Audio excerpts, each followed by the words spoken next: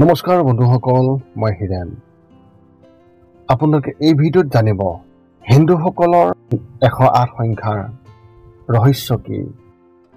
প্ৰথমে মোৰ চেনেলটো আপোনালোকে ছাবস্ক্ৰাইব কৰি ল'ব, যাতে মোৰ পিছৰ ভিডিঅ'বিলাক আপোনালোকে সহজে লাভ কৰিব পাৰে। লগতে মোৰ ভিডিঅ' যদি ভাল লাগে তেন্তে লাইক আৰু শ্বেয়াৰ কৰিব, কমেণ্ট কৰি আপোনালোকৰ মনৰ ভাৱ প্ৰকাশ কৰিব। এতিয়া আহোঁ মূল বিষয়লৈ।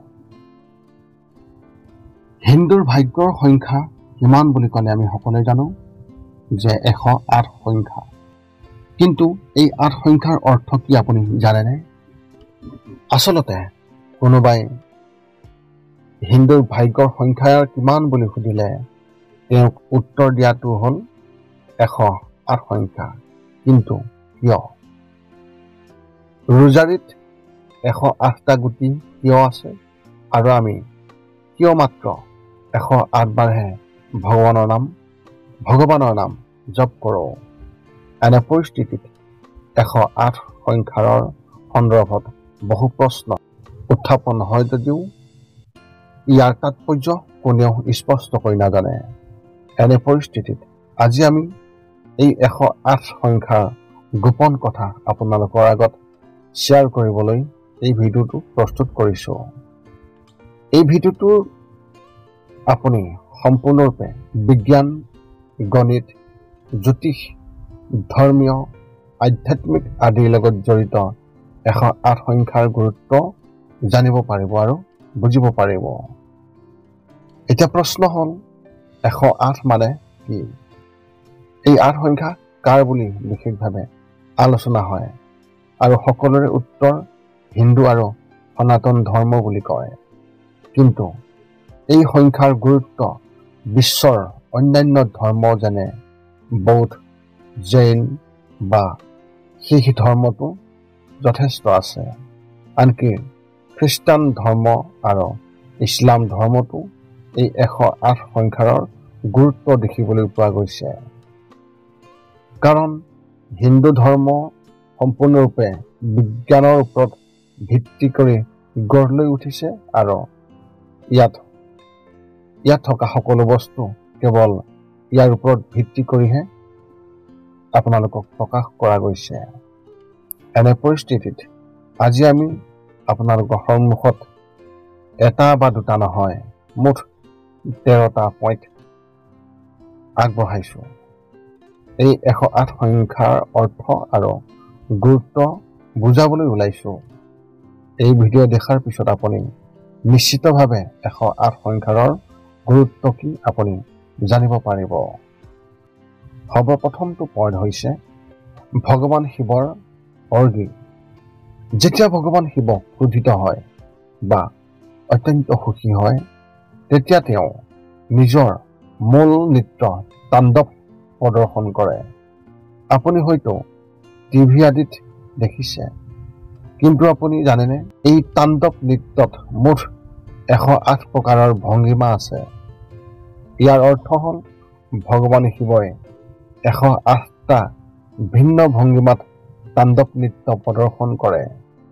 একেদৰে ভাৰতীয় নৃত্য শৈলীত মুঠ 108 প্ৰকাৰৰ নৃত্য আছে, যিটো নিজৰ বাবে এক আচৰিত উদাহৰণ।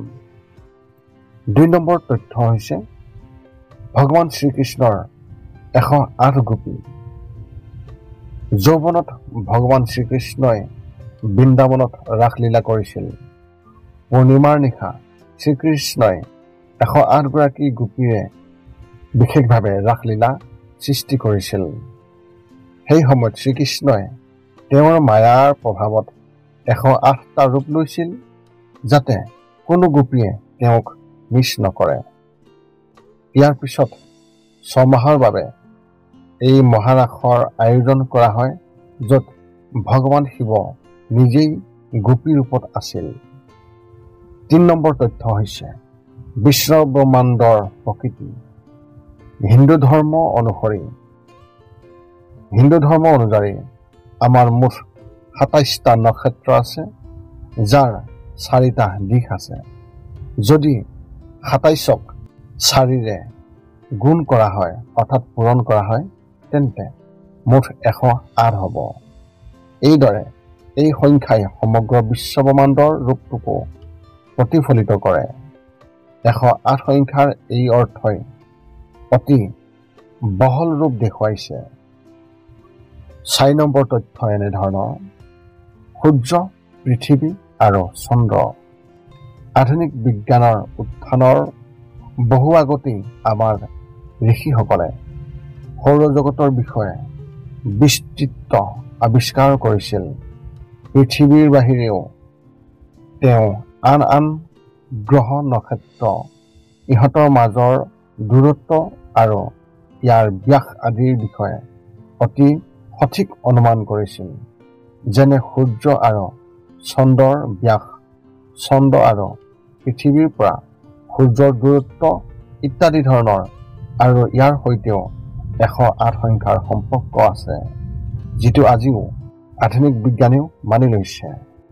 যেনে পৃথিৱীৰ পৰা সূৰ্যৰ দূৰত্ব সূৰ্যৰ ব্যাসতকৈ 108 গুণ বেছি। পৃথিৱীৰ পৰা চন্দ্ৰৰ দূৰত্ব চন্দ্ৰৰ ব্যাসতকৈ 108 গুণ বেছি। এই সকলোবোৰৰ সৈতে সূৰ্যৰ মুঠ ব্যাস পৃথিৱীৰ মুঠ ব্যাসতকৈ 108 গুণ বেছি। এতিয়া 5 নম্বৰ তথ্যৰ বিষয়ে। জ্যোতিষ বিজ্ঞান। আমাৰ সূৰ্য যি নক্ষত্ৰ, এই নক্ষত্ৰৰ মুঠ 9টা গ্ৰহ আছে, য'ত পৃথিৱী তৃতীয় গ্ৰহ। ইয়াৰ লগতে জ্যোতিষৰ মতে আমাৰ হাতত মুঠ 12 প্ৰকাৰৰ ৰাশি আছে। যেতিয়া আমাৰ ৰাশিফল প্ৰস্তুত কৰা হয়, তেতিয়া প্ৰতিটো ৰাশিৰ প্ৰতিটো গ্ৰহক বিভিন্ন ধৰণে স্থাপন কৰিব পৰা যায়। এইদৰে 12টা ৰাশিৰ প্ৰতিটো স্থানত 108 ধৰণে স্থাপন কৰিব পৰা যায়। আমাৰ সমগ্ৰ জ্যোতিষ ইয়াৰ ওপৰত ভিত্তি কৰি বিশেষভাৱে গণনা কৰা হয়, যিটো 108 সংখ্যাৰে ৰহস্য দেখুৱাইছে। 6 নম্বৰ তথ্য হৈছে সংস্কৃত বৰ্ণমালা। সংস্কৃত ভাষাত মুঠ 54টা বৰ্ণমালা আছে, যিবোৰ 2টা ভাগত বিভক্ত। ইয়াত 54টা সংখ্যা পুৰুষ অৰ্থাৎ পুৰুষলিংগ বা শিৱ, আৰু 54টা শব্দ নাৰী অৰ্থাৎ নাৰীলিংগ বা শক্তিৰ বাবে উৎসৰ্গিত কৰা হৈছে, যিয়ে পুৰুষৰ সম্পূৰ্ণ ৰূপ দেখুৱাইছে। 7 নম্বৰ তথ্য হৈছে মানুহৰ আৱেগ। মানুহৰ মনত মুঠ 108 প্ৰকাৰৰ আৱেগ আছে। ইয়াত 36টা আৱেগ আমাৰ অতীতৰ সৈতে জড়িত, 36টা আমাৰ বৰ্তমানৰ সৈতে জড়িত আৰু 36টা ভৱিষ্যতৰ সৈতে জড়িত। এই মানুহৰ আৱেগবোৰক চক্ৰ বুলিও কোৱা হয়। জাগৰণৰ দ্বাৰা যিবোৰ আমি আমাৰ অতীত, ভৱিষ্যত আৰু বৰ্তমানৰ বিষয়ে বহু কথা জানিব পাৰোঁ। এই কাৰণেই 108 সংখ্যাৰ গুৰুত্ব অসীমভাৱে বৃদ্ধি পায়। 8 নম্বৰৰ তথ্য হৈছে আয়ুৰ্বেদৰ মতে আমাৰ শৰীৰত মুঠ 108 প্ৰকাৰৰ চাপ বিন্দু আছে, য'ত চাপ প্ৰয়োগ কৰি শৰীৰৰ বিভিন্ন অংগ মসৃণ হৈ পৰে। সঠিক সময়ত এই চাপৰ বিন্দুবোৰত চাপ প্ৰয়োগ কৰি আৰু সঠিক নিৰ্দেশনা মানি চলি শৰীৰৰ বহু ৰোগ ঔষধৰ অবিহনে আৰোগ্য লাভ কৰিব পৰা যায়। 9 নম্বৰ তথ্য হৈছে ধৰ্মীয় তাৎপৰ্য। 108 সংখ্যাটো হিন্দু ধৰ্মত ইমানেই পবিত্ৰ বুলি গণ্য কৰা হয় যে আমাৰ ঋষিসকলে 9টা পুৰাণা আৰু 108টা উপনিষদ, 9খন পুৰাণ, 108খন উপনিষদ ৰচনা কৰিছে। ইয়াৰ লগতে হিন্দু ধৰ্মত মুঠ 108 প্ৰকাৰৰ শক্তি আৰু 108টা শক্তিপীঠ আছে, যিবোৰৰ ধৰ্মীয় গুৰুত্ব আছে। ইয়াৰ লগতে আমাৰ ৰোজাৰীটো মুঠ 108টা গুটি আছে। এইদৰে হিন্দু ধৰ্মত 108 সংখ্যাৰৰ গুৰুত্ব উপৰোক্ত কাৰণসমূহৰ বাবে অপৰিসীমভাৱে বৃদ্ধি পায়। 10 নম্বৰ তথ্য হৈছে ৰোজাৰীত 108টা গুটি কিয় আছে? গড়ে 1 মিনিটত মানুহৰ শৰীৰত 15 বাৰ উশাহ লয়। এইদৰে 1 ঘণ্টাত 900 বাৰ আৰু 12 ঘণ্টাত 10,800 বাৰ উশাহ লোৱা হয়। এটা দিন মুঠ 24 ঘণ্টাৰ যিটো 12 ঘণ্টাকৈ দুটা ভাগত ভাগ কৰা হৈছে। ইয়াত 12 ঘণ্টা আমাৰ দৈনন্দিন কাম কাজৰ বাবে আৰু বাকী 12 ঘণ্টা ঈশ্বৰৰ স্মৰণৰ বাবে। উশাহ গণনা কৰি দিনটোত 10,800 বাৰ ভগৱানক স্মৰণ কৰিব পাৰি, কিন্তু সেয়া সম্ভৱ নহয়।